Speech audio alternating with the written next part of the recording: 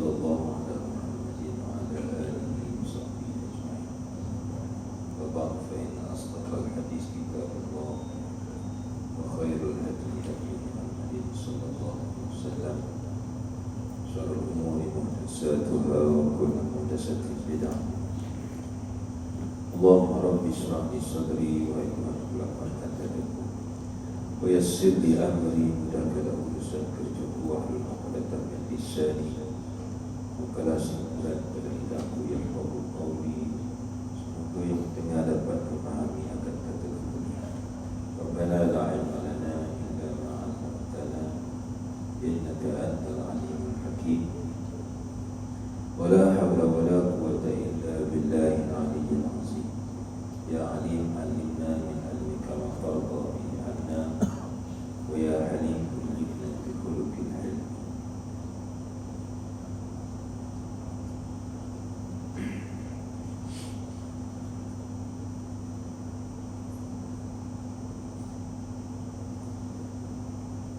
Wa kullu nafsin min anfasika jawharatun la qimata laha idza badala lahu fa idza fata fala 'auda lahu.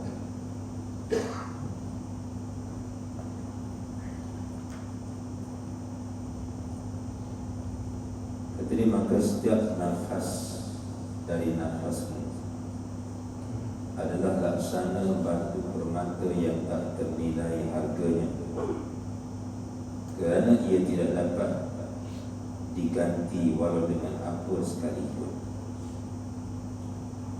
Dan apabila ia telah luput, ia tidak akan kembali buat selama-lamanya.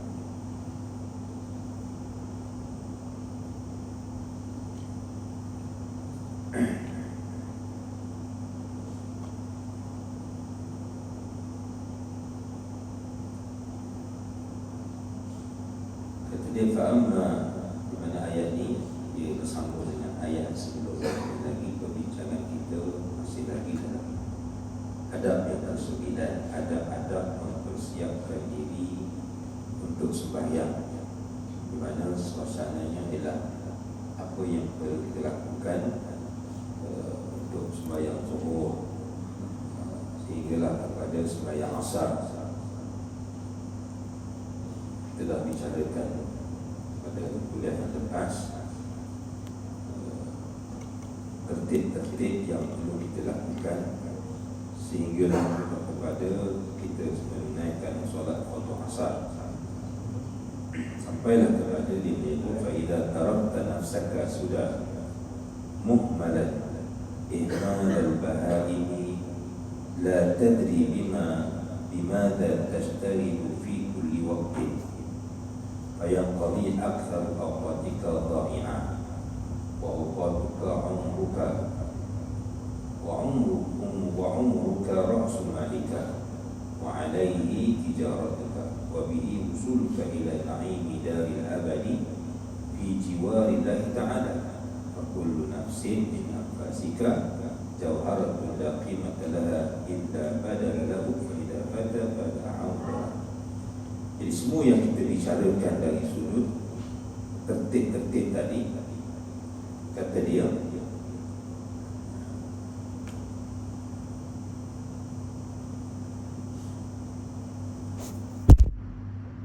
tetapi jika kau biarkan dirimu dengan tidak teratur atau kosong daripada apa-apa pekerjaan yang berfaedah,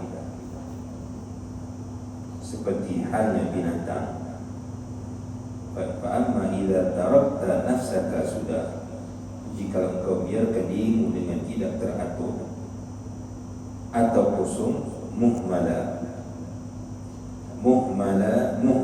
ihmal al-bahaim, kata dia, atau kosong daripada apa-apa pekerjaan yang berfaedah seperti halnya binatang.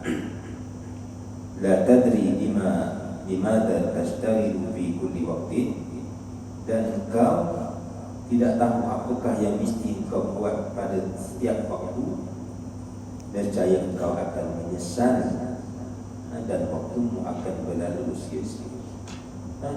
Dia dah beritahu kepada kita, dah cadarkan kepada kita supaya benar-benar kalau mampu kita cuba mendisiplinkan diri kita sebagaimana apa yang disebutkan tadi, dengan birik-birik yang telah menjadi kebiasaan kita itu. Bila kita benar-benar nak berhentikan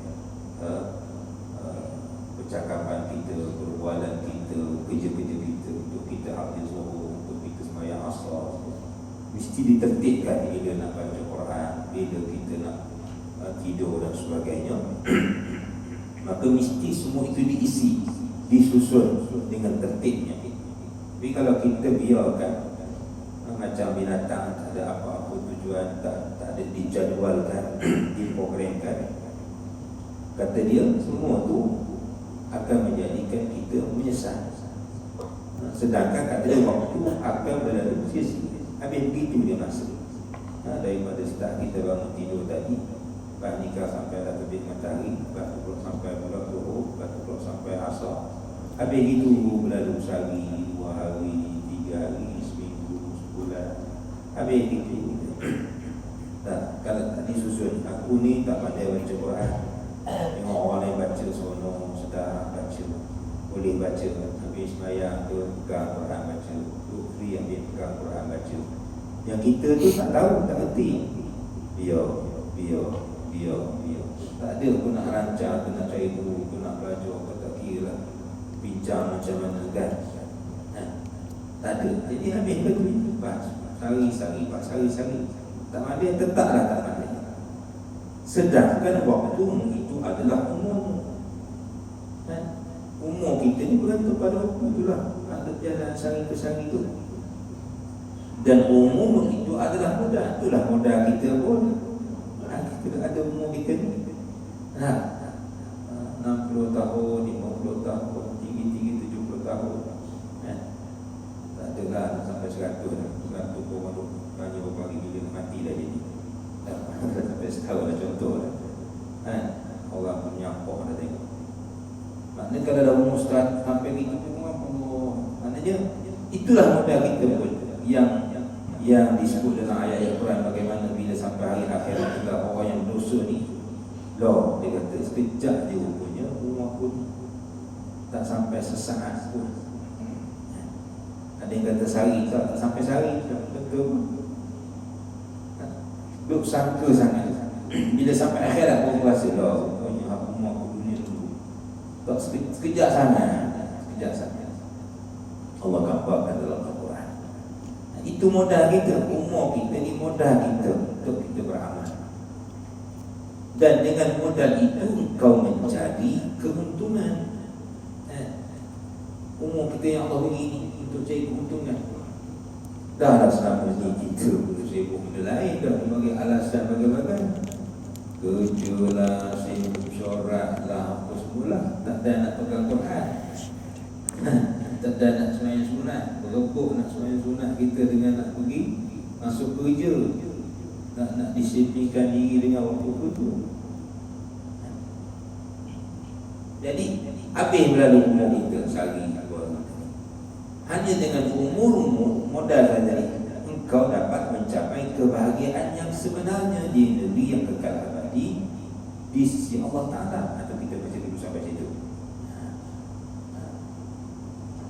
Wabihi, dengan umur tu, wusuluka ila na'imi daril abadi fi jiwarillahi ta'ala.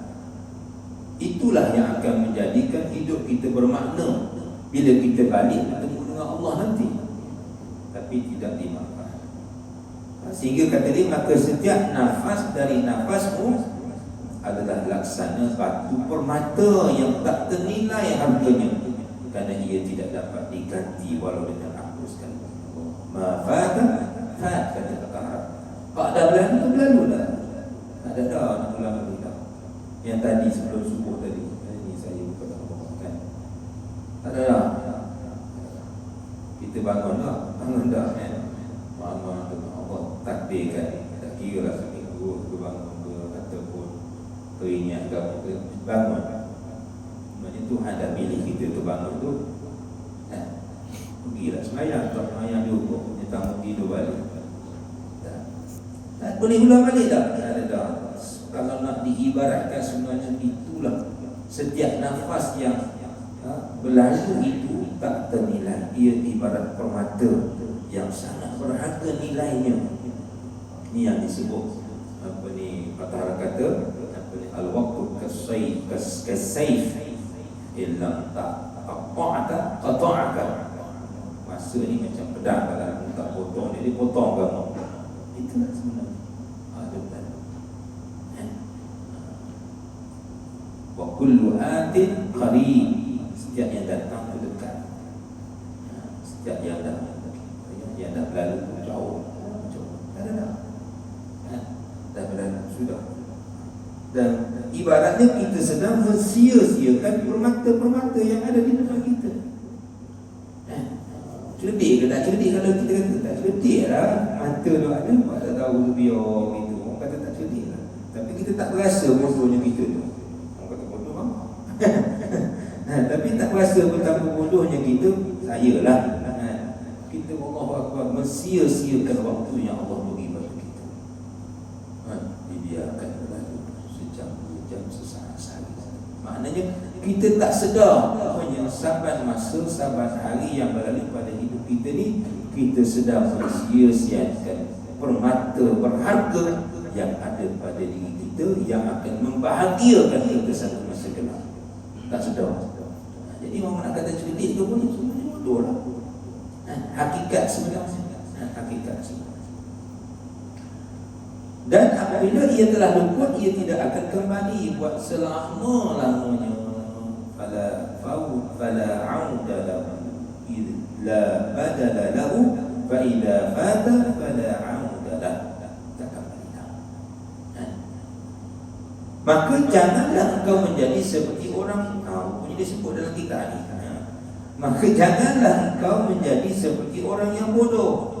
Fala takun kal humqa al-maghrurin alladhi yafrahuna kulla yawmin bi ziyadati amwalihim ma'a nuqsani a'malihim fa ayyu khairin fi malin yazidu wa umrun yanqusu wa la tafrahu illa bi ziyadati ilmin aw amalin salihin fa innahuma rafiqaka yashabani fil qabri haitsu yatakhallafu 'anka ahluka wa maluka wa waladuka wa asdiqahuka. Kata dia,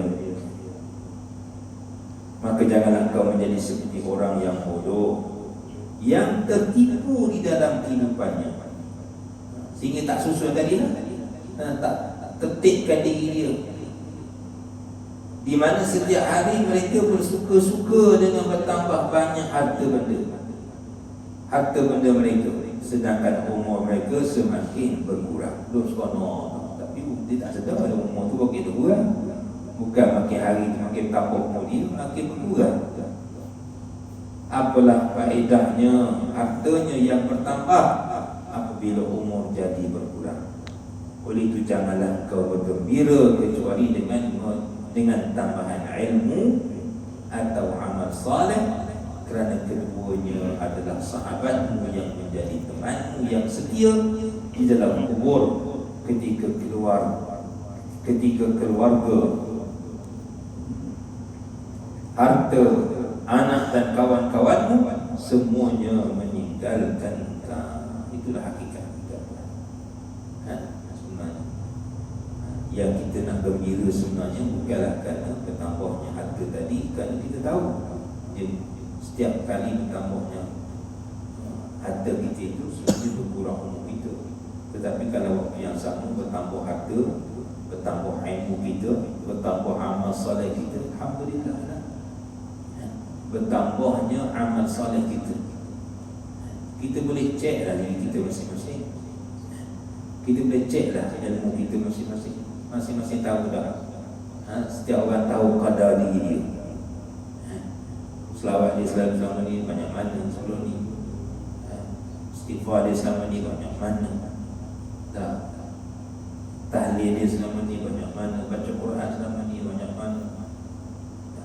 Dia rasa dia berumur 30 dengan umur 50 ni, umur 30 dulu banyak lagi ke umur 50? Tu dia Kita tengok, tak payah orang nilai, kita tahu diri kita. Waktu dah kahwin ni banyak ke, waktu belum kahwin tu banyak. Waktu anak satu banyak ke amalan kita ke, waktu anak 5 ni. Ini benda-benda yang kita nak kena fikir.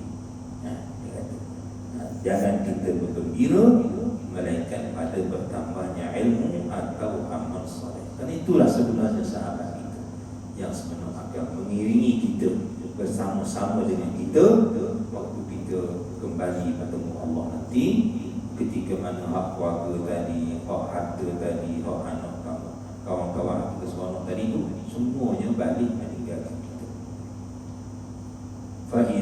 Summa idza isfaratis syams, summa idza isfaratis syams fajtahid an ta'uda ila al-masjid qabla al-ghurub wa tashtaghila bit-tasbih wal-istighfar fa inna fadla hadha al-waqti ka fadli ma qabla al-tulu'. Qala Allah Ta'ala sabbih bihamdi rabbika qabla tulu'i syamsi wa qabla ghurubiha waqra qabla ghurubi syamsi arba'a suwarin minal Qur'an hiya wasyamsu wa duhaha wasyamsi wa duhaha. Boleh dia kalau itu asal itu atau wasyamsu ke wasyamsi, tapi dia oleh kerana dia ambil ke atas nama surah, bukan atas nama ayat Quran. Walaupun ayat Quran kalau dalam sahabat wal-laili idza yaghsha, bukan di bawah ikut Al-Quran, wasyamsi wa duhaha wal mu'awwizatain walitaghraba 'alaika asy-syamsu wa anta fil istighfar fa idza sami'ta al-adhan fa'ajibhu wa qul ba'dahu Allahumma inni as'aluka 'inda iqbali laylika wa idbari naharika wa huduri salatika wa aswati du'atika an tu'tiya Muhammadin wasilah ad-du'a kama sabaqa. Kata dia, apabila cahaya matahari menjadi kuning, ini dah sampai waktu petang, dah habis sembahyang asar tadi, dia sambung balik. Dia dah sebut tadi sampai sembahyang asar semua, main sikit. Kata kalau kita ni orang kata apa ni, better sikit lah. Dah sebut pagi ni pagi sampai petang ni, tapi tak susul juga. Dia kata memang dia tak kerti nak jaga masa lah, membiarkan tu dia better sikit lah. Lepas tu dia sambung balik. Apabila cahaya matahari menjadi kuning, sudah hampir waktu maghrib, maka bersegeralah engkau pergi ke masjid sebelum tenggelamnya matahari. Susah Quran ni. Selagi tak maghrib, tak orang tak azan, tak pergi kita. Tapi kalau tuan-tuan yang mampu, tuan-tuan tak ada benda dah, datanglah. Jangan tunggu azan pun nak datang. Kalau tak ustaz tak boleh, ke imam tak boleh, ke makmum tak boleh, mana ni ke bilal tak boleh, biar makmum lah. Dia makmum. Kata ustaz tak boleh, suruh aku. Janganlah gitu. Siapa yang boleh? Paling kurang ada lah wakil mengaji ni. Kita mengaji dia baca kitab, pakai semua buat kira terima. Selagi ustaz tak mari, aku tak mari. Jangan kira gitu. Siapa yang boleh bapak? Boleh. Tak ada masyarakat. Ada kesedaran kita satu orang lah. Fastabiqul khairat, berkebut untuk buat kebaikan. Kita nak sebut itu. Bukanlah nak bagi alasan kita tak buat. Dah nak semuanya kita berkebut. Kalau kita rasa kita boleh buat, tu jangan tunggu azan baru nak pergi. Itu yang terbaik. Tengok orang dekat maghrib, kita tahu dah. Macam kita nak puasa pula, bersedia apa tu kan. Awal lagi tak boleh mari. Tapi bila habis puasa tak ada dah, tak jadi dah. Kata dia, bersegeralah engkau pergi ke masjid sebelum tenggelamnya matahari. Dan penuhkan waktumu dengan bermacam-macam tasbih dan istighfar, kerana kelebihan waktu ini sama dengan kelebihan waktu setelah sembahyang subuh sehingga terbit matahari. Macam waktu nak terbit matahari macam sekarang ni, sangat banyak kelebihan dia. Samalah juga waktu nak terbenam matahari.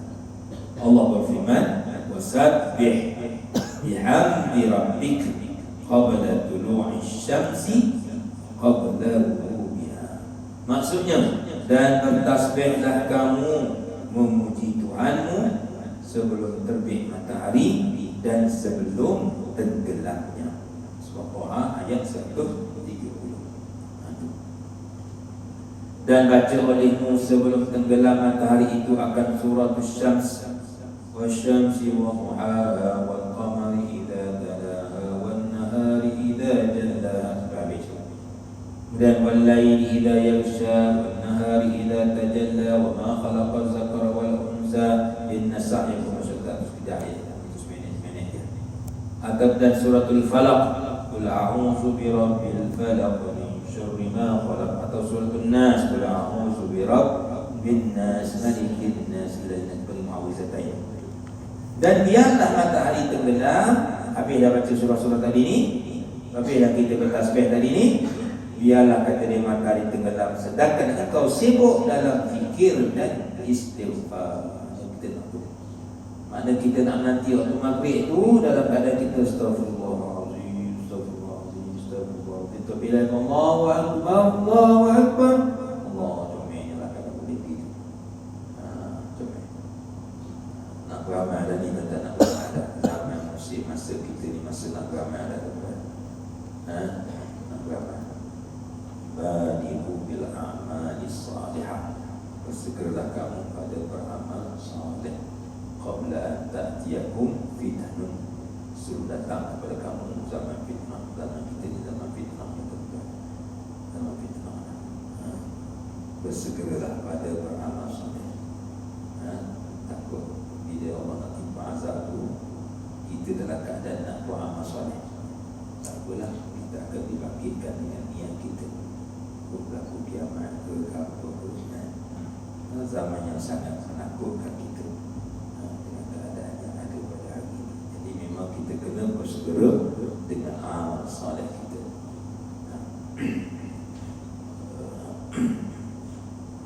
Sebab yang nak melarikan kita dari jalan yang lurus ni terlalu banyak. Kita orang dah pilih main semayang pun belum tentu selamat lagi. Boleh semayang, boleh nak mengaji, belajar ilmu ni, tak selamat, tak selamat lagi. Banyak sangat yang nak memesongkan kita daripada jalan yang lurus, jalan Islam. Terlalu banyak cabaran kita dunia akhir zaman ni, sangat-sangat mengusingkan kita, diri kita, keluarga kita, anak-anak kita, sangat mengusingkan kita. Bila semayang tu hatikan sungguh-sungguh, ihdinas siratal mustaqim. Bukan semata-mata kita minta jalan Allah tetapkan kita di atas hidayah. Allah minta beri hidayah pada kita. Ihdinas siratal mustaqim, tetapkan ya Allah. Hidayah yang kita miliki ni petunjuk Allah, kesedaran beragama. Kita dengar azan, kita rasa nak pergi masjid, ada masa kita nak buka Quran. Ini nikmat besar yang Allah beri pada kita. Bukan kaling-kaling lah istilah kata ini lah. Nak boleh baca Quran tu, bukan mudah. Kalau Tuhan tak pilih kita, nak duduk dalam kuliah macam ni, bukan mudah kalau Tuhan tak pilih kita. Jangan sekali-kali kita tidak menghargai. Karena Allah sebut dalam Quran, falamma zaghu azaghallahu qulubahum. Bila mana mereka berpaling daripada nikmat yang Allah beri pada mereka, nikmat kesedaran beriman, beragama. Jangan berpaling. Jangan buat tak edah, jangan buat tak disiplin, kau rasa tak ada rasa nilai. Jangan. Ada orang tak rasa apa-apa, keluar masuk, tak rasa apa pun nak bagi ke masjid kita ni. Jangan. Yang kita rasa ni macam seronok pula tengok dia tu. Tak mari tu rasa kita rasa dia seronok pula. Tak ada rasa bersalah apa pun. Sebab falam mazal, bila mereka berpaling, asal Allah palingkan hati dia. Alhamdulillah. Itu dalam doa surah Ali Imran, Rabbana la tuzigh qulubana, ya Allah, jangan kau palingkan hati kami ba'da ba'da iz hadaitana, setelah kau beri petunjuk kepada kami. Bila Allah dah beri petunjuk pada kita, kita tak bukan satu benda yang kecil sekali. Tak ada nilai hidayah di sisi Allah SWT. Itu disebut tadi lah, nilai permata hidayah Allah ni tak boleh nak ditimbang dengan wang ringgit. Kesedaran beragama, cetusan rasa hati nak bangun sembahyang subuh, dah kita nak astagfirullahaladzim, nak baca alhamdulillah alladzi ahyana ba'da ma amatana wa ilaihi. Ini cetusan-cetusan yang tidak ada nilai harganya di sisi Allah SWT. Cuma kadang-kadang kita tak rasa nilai. Petunjuk Allah ni orang tak rasa nilai. Orang dapat duit juta, kuasa besar, baru dapat hidayah tu. Dia kata berapa kan hidayah, boleh beli ke? Tak boleh beli hidayah Allah ni. Kita hatikan rasa syukuran Allah. Terima kasih Allah pilih aku. Lepas kita kena minta Allah tetapkan kita di atas hidayah. Bila kau mendengar azan maghrib, maka jawablah seperti jawapan yang telah disebutkan. Jawab azan kan? Dan setelah habis menjawab azan, dalam kau membaca doa. Azan kita tahu kan? Allahumma inni as'aluka inda itbari laylika wa idbari naharika wa huduri salatika wa aswati du'atika an tu'tiya Muhammadan al-wasilata wal-fadilah wa syarafa wa darajata rafi'ah wa ba'athu al-maqama al-mahmudan alladhi wa'adta innaka la ini sebagai daripada salah satu bentuk-bentuk doa selepas daripada mendengar azan. Artinya, ya Allah, aku mohon kepadamu ketika datangnya malam dan hilangnya siang, dan ketika hadir waktu sembahyang, dan ketika kedengaran suara panggilan pemanggil, bahawa engkau berikan kepada penghulu kami Nabi Muhammad sallallahu alaihi wasallam akan wasilah, yakni tempat yang tertinggi di dalam syurga, kelebihan, kemuliaan dan darjat yang tinggi, dan berikanlah kepada baginda tempat yang terpuji yang telah engkau janjikan kepadanya. Sesungguhnya engkau tidak akan menyalahinya, memungkiri janji.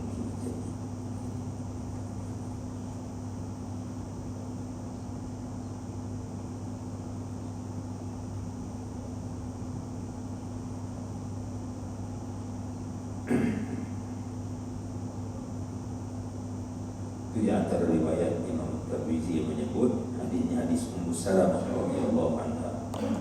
Rasulullah SAW mengajar kepadanya untuk menyebut perkataan tadi ketika selesai daripada azan maghrib. Itu di antara doa khusus yang diajar oleh Nabi SAW kepada Ummu Salamah radhiyallahu anha. Setelah itu, kerjakanlah sembahyang fardu maghrib, summa sallil fardha ba'da jawabil muazzini wal iqamah. Setelah itu kerjakanlah sembahyang fardu maghrib, dan setelah sembahyang maghrib kerjakanlah 2 rakaat ba'diyah maghrib.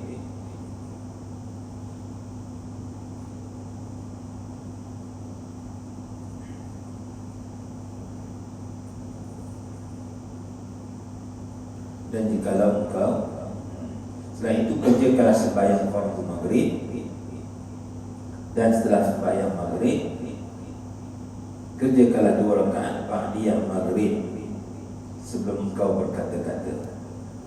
Dan jika engkau tambahkan setelah 2 rakaat itu 4 rakaat yang lain, maka itu satu perbuatan yang sunat, yang sunat dipanggil sunat tawabin. Dan jika engkau puasa beriktikaf di dalam masjid antara maghrib dan isya, maka itu terlebih baik. Dan dalam kau penuhkan waktu itu dengan sembahyang dan doa, maka itu terlebih afdal dan sangat banyak kelebihannya. Dan waktu antara maghrib dan isya inilah yang dikatakan nasyiatul lail, permulaan malam, karena pada waktu itu permulaan kembangnya malam. Dan nasyiatul lail yang disebutkan kelebihan dalam Al-Quran itu ialah mengisi waktu permulaan malam dengan sembahyang. Yaitu firman Allah, inna nasyiatul lail hiya ashaddu wat'an wa aqwam qila. Itu dalam surah Al-Muzammil ayat ke-6. Maksudnya sesungguhnya ibadat yang dikerjakan pada awal malam itu lebih kuat kesannya dan lebih mantap bacaannya. Dan mengikut pendapat sebagian ulama, nasihat al-lail itu bermaksud bangun beribadat di waktu keheningan malam, itu disebut qiyamul lail. Itu lebih sebenarnya lebih tempatlah yang maksudkan dengan nasihat al-lail waktu keheningan malam. Kita bangun waktu tengah malam semua tidur, suasana yang sepi, kita bangun bermunajat, berdoa kepada Allah Subhanahu wa taala dengan bacaan ayat-ayat suci Al-Quran Karim.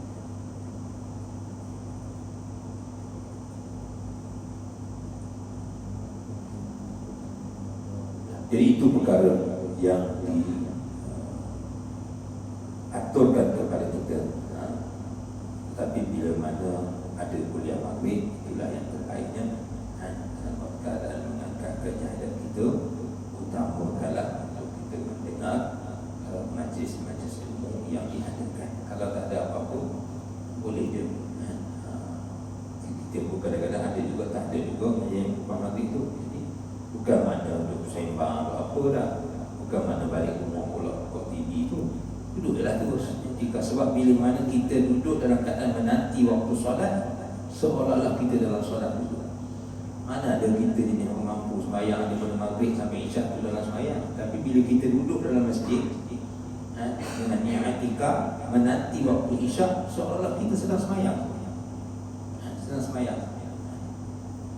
Jadi buatlah berselawat, berzikir, bersembahyang, baca Quran. Kadang-kadang suasana ni kita nak kena ada. Nak kena ada. Seorang buat, dua, tiga orang buat, ataupun masing-masing duduk. Kita berkumur baca, kata bertadarus kan. Nak kena ada benda tu. 4-5 orang buat, 4-5 orang buat, nama-nama dia jadi satu budaya lah. Satu tabiat semua suasana tu. Pakai 4-5 orang, 4-5 orang, dia jadi satu benda yang tak ada apa-apa. Dia setengah kadang mula malu ataupun mula rasa terjaga je nak tunggu kan. Tapi bila dah ramai, bila dah mula buat lama, tak ada apa dah. Jadi biasa dah. Jadi akhirnya satu tabiat harian kita. Nak habis kuliah ke, habis ke apa ke, kita baca Quran. Baca Quran. Kau baca 5 ayat, kau 5 ayat, kau 5 ayat, kau 5 ayat, habis. Besok buat, besok. Itulah pengisian kita. Kali buat. Kita nak buat seorang-seorang, kadang-kadang kita pun tak buat nak disiplin. Bila pakat dengan kawan ni, pakat dengan rumah pun, pakat dengan anak-anak pun, dia jadi disiplin. Bagi kita tahu. Bila tak ada penetapan, kita tak buat. Tapi masa tu berlalu juga, habis juga.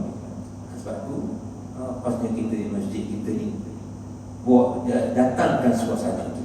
Mudah-mudahan insya-Allah siapa yang menggunakan sunnah yang baik ini juga akan kajian kita insya-Allah. Jadi kita di situ insya-Allah kita akan sambung sampai habis. Okey ni sampai pada sembahyang maghrib dan pengisian sembahyang banyaklah tugaskan. Kalau boleh yang ada kitab utamanya saya mau balik dia awal dulu supaya masing-masing kita dapat beramal mengikut apa yang cuba dinasihatkan kepada kita oleh Imam Ghazali, dan kebanyakan yang malah bersumber daripada sunnah-sunnah Nabi sallallahu alaihi wasallam. Macam kita sebut tadi, zaman kita ni zaman nak beramal dah. Zaman nak beramal, cakap banyak dah, baca kitab habis khatam banyak dah, beramal dah lah. Tak nampak lagi suasana nak beramal. InsyaAllah kita kena ulang kaji lah, panggil murajaah, mutalaah balik apa kita dah kaji ni. Mudah-mudahan insyaAllah Allah beri kekuatan kita untuk beramal dengan apa yang kita pelajari. Allah a'lam. Sallallahu alaihi Muhammadin wa ala alihi wa sahbihi wasallam. Alhamdulillahirabbil alamin. Subhanallah wa bika nashhadu an la ilaha illa anta nastaghfiruka wa natubu ilaik. Assalamualaikum warahmatullahi wabarakatuh. Waalaikumsalam.